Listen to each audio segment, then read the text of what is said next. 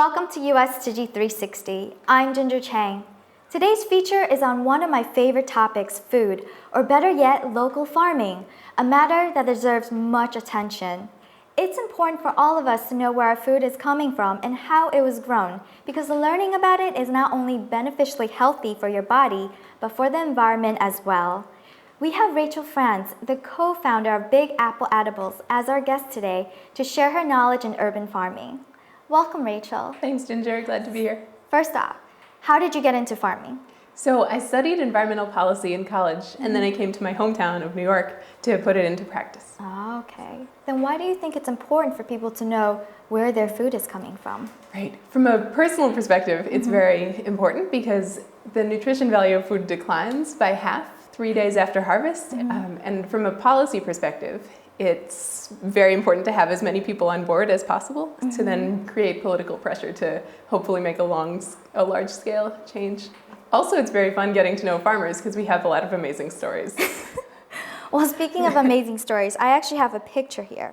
When you did the education summit, right, for NBC. So Yes. Can you tell us a little bit more about one of the themed gardens you did? Absolutely. This is a photo of our Science in the Garden example. We did a Three Sisters garden, which uses corn, beans, and squash to teach the different stages of growth of different plants and how they can be compared and contrasted. Well, Rachel, you're not the only one that stands by the principle of self-sufficiency. Let's go meet the individuals and families who believe the same thing and put it into practice.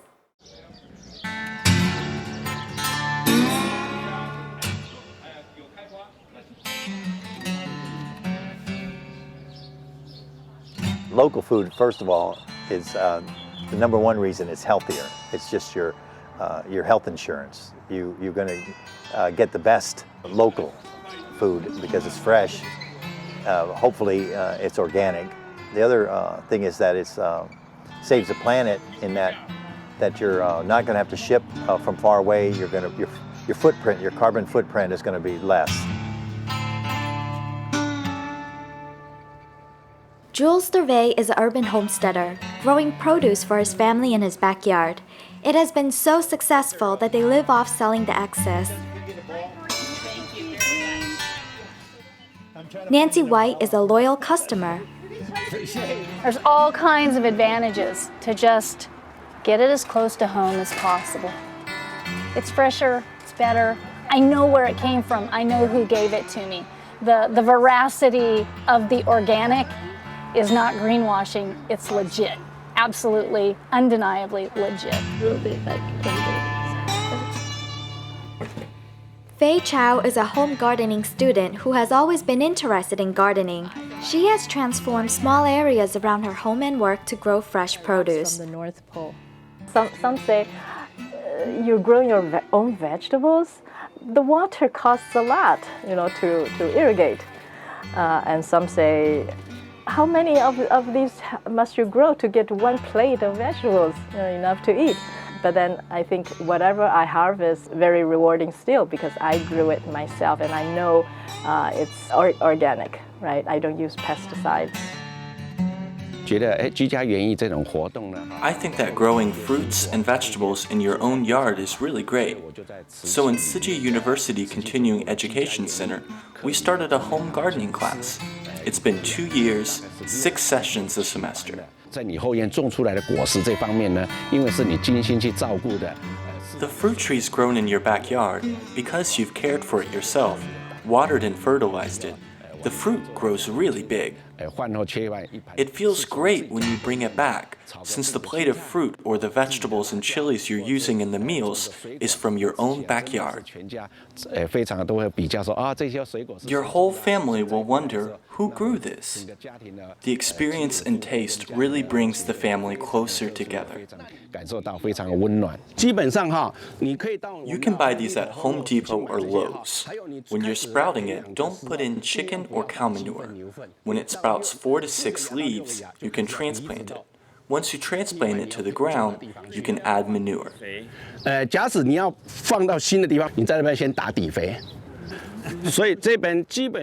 So when we're grafting like this, it's when the branches are budding. That's the best time. because this is when the plant is already prepared to grow quickly. This is a good spot. I'm keeping it there. We can dig up others. Alan Tzu opened his backyard to the home gardening class for a live demonstration of gardening techniques.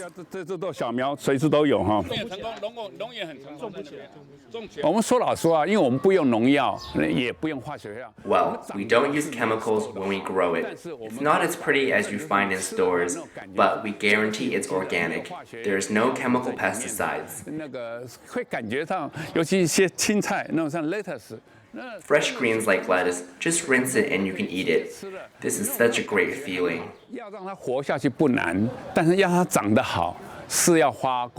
Keeping the plant alive isn't the hard part. It's maintaining the quality that's most difficult.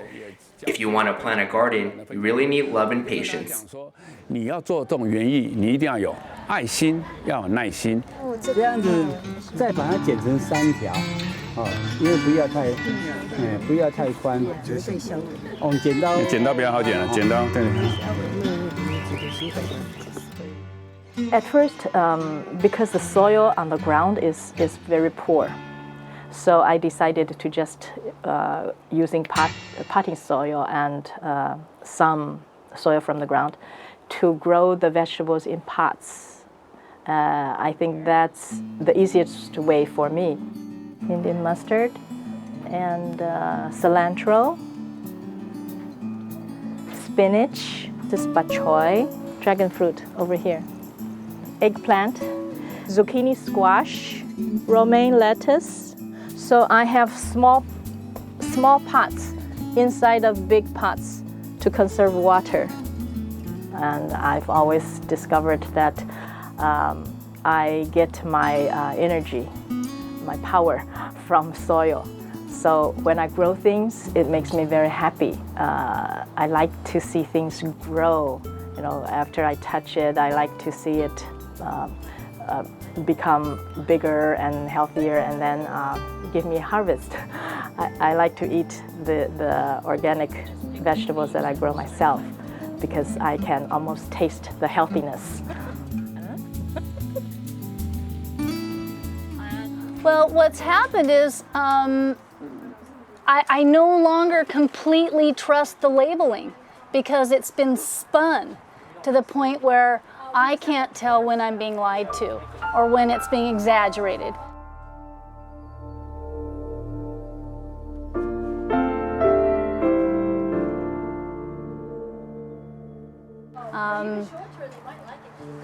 There's no question that right here, from the gals, from the garden, it's obvious this is where it's from.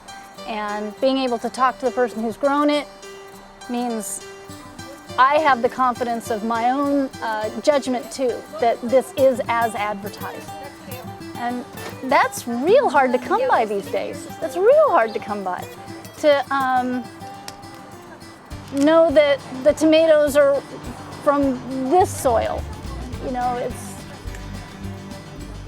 it gives me more control of my kitchen, my garden, my own health.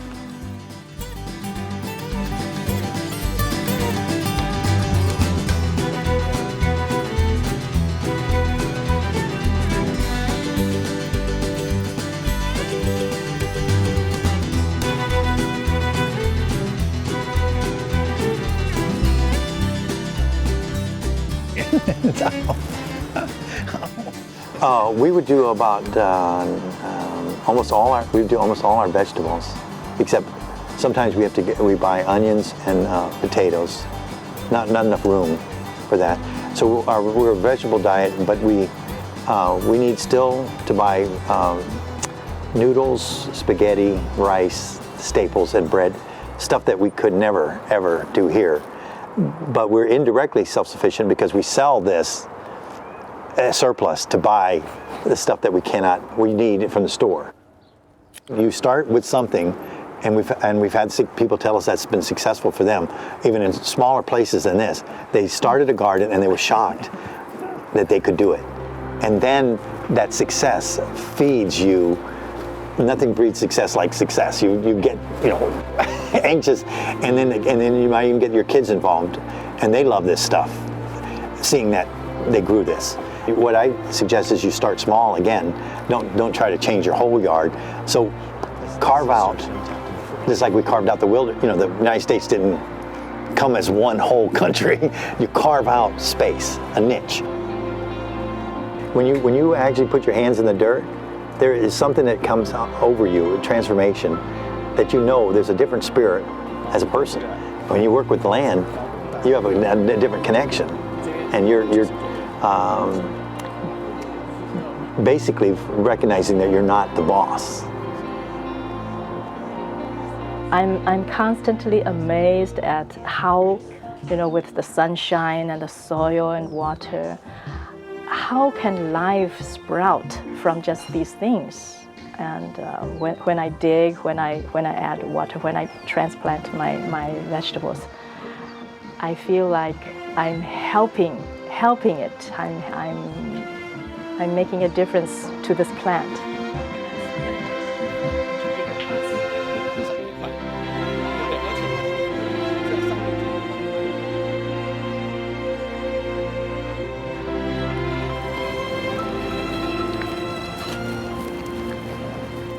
Welcome back.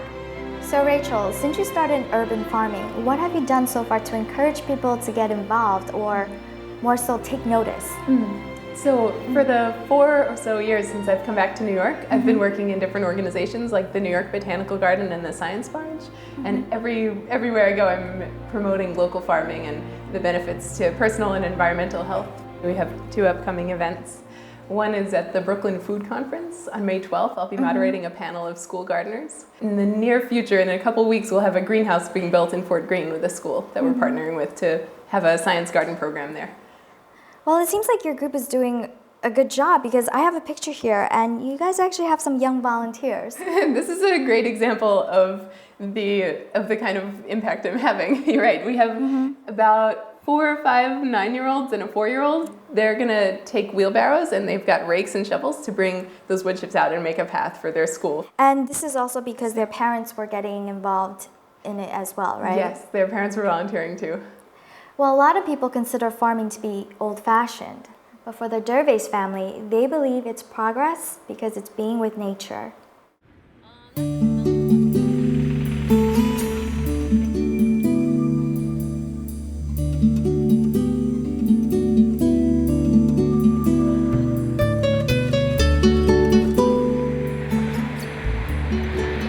It's just a typical backyard for Pasadena. It's in the city.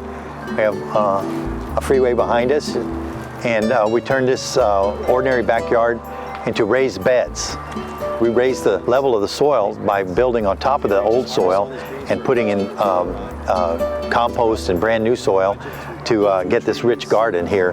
Right now, this is a spring garden with all the spring greens in it. We're growing some snow peas right here, and salads out there. We have salads in these beds. And the fall garden is still kind of hot and still kind of dry, so we wouldn't be this lush. And winter gardens are pretty hard. We're just trying to hold our ground against all the freezes that could happen.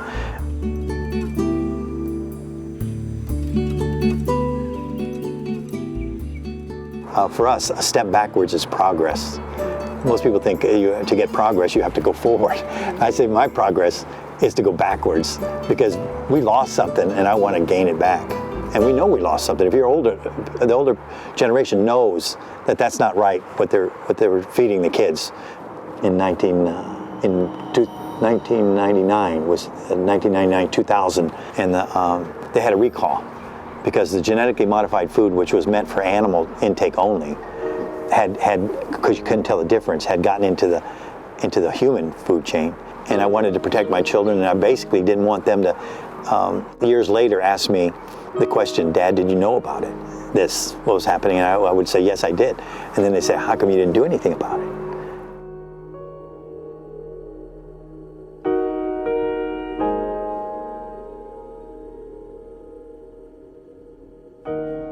When we first moved here 25 years ago, this sort of area was low income. We were really the only Caucasian people on this block, and so, but the housing was affordable. We didn't want to go into we didn't have the money to go into the more wealthier areas, because there's, Pasadena is a pretty, upscale town. Although I had been a homesteader in 1974 in New Zealand, where I learned bees and chickens and ducks and goats, I left that, and I was supposed to be here 4 years to go to college, but things didn't work out. And I had bought this house in 1985, and I said, well, what do I do now? We dreamed and talked to my children, and we thought we wanted to go back to the country, but we couldn't afford to go back to the country. So we started doing it right here.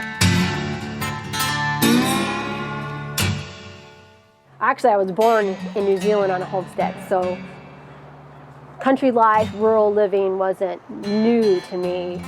We always lived simply, secondhand clothes, always ate from the garden, so that wasn't really new. I think the concept was new, was doing it in a city where you had neighbors, and what the neighbor's going to say.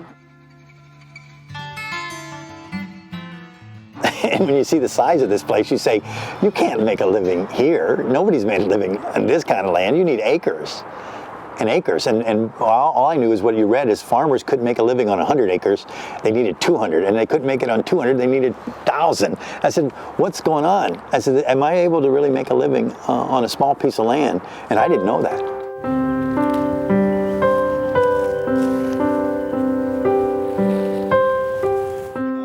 The Gervais family are currently sustaining themselves on a garden size of 1/10 of an acre and have done so for more than a decade. They produce up to 6,000 pounds harvest annually and raise small stock for eggs and manure. Like a little machine eating it,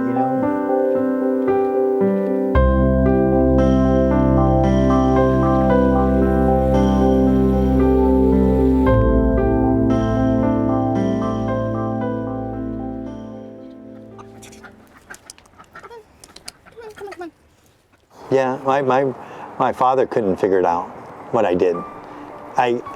He sent me to college. He sent me to good schools, and I went off to college. And he thought I would follow him, and I went backwards, and I became like his father.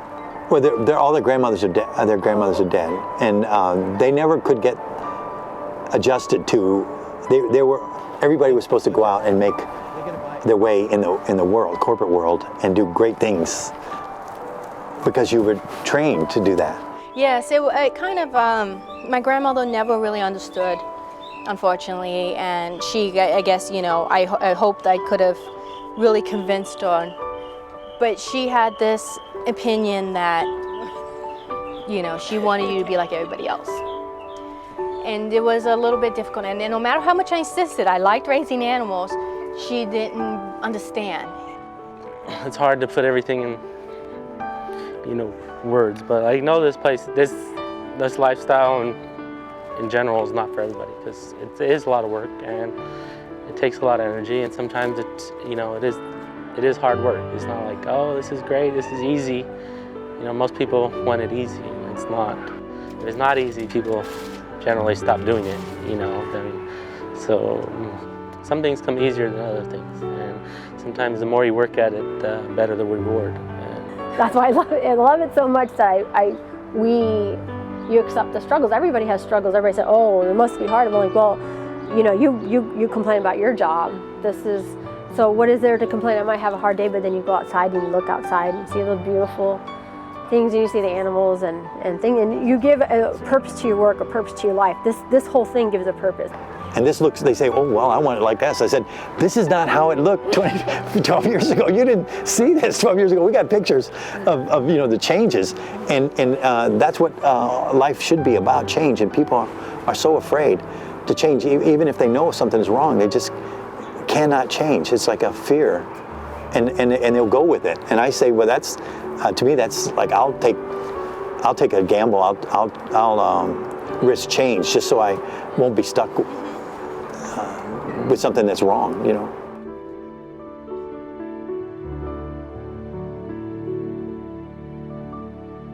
The Gervais bring up a very good point that it's important to stop being negative, and change comes from within each of us. So Rachel, how has urban farming affected your lifestyle?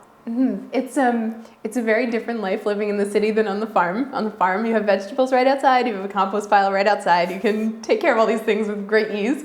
So in the city, it's been a struggle, but what I do is I take my food scraps in containers on the train with me to work sites where I have a compost pile, like in different gardens. I also shop at co-ops and farmers markets as much as possible because they have the best produce that's high quality and it's mostly very affordable. I've found some good places. Also, I make all my food from scratch, so I try to buy bulk flour and bulk rice. Well, it's great that you're putting your own way into reducing your own carbon footprint. Okay. But thank you very much for coming on to the show. Thanks for having me.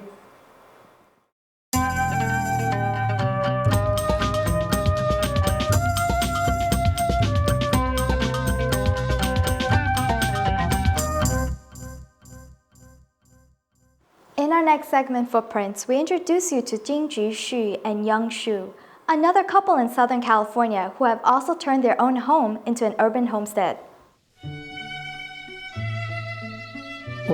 When I was a child, I liked planting vegetables, but I ran a business in Taiwan. After my son grew up and got married, I handed the business over to them. At the time, I came to the States to find my daughter and bought a house here. Because I was bored, so my husband and I turned the unused land into this. This could be called a fruit garden, a vegetable, or a flower garden.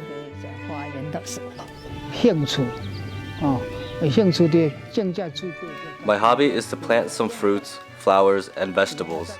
Since a long time ago, I've always liked hiking and planting vegetables, not the nightlife of drinking and partying. I don't like dancing or singing. I just like hiking and prefer the outdoors.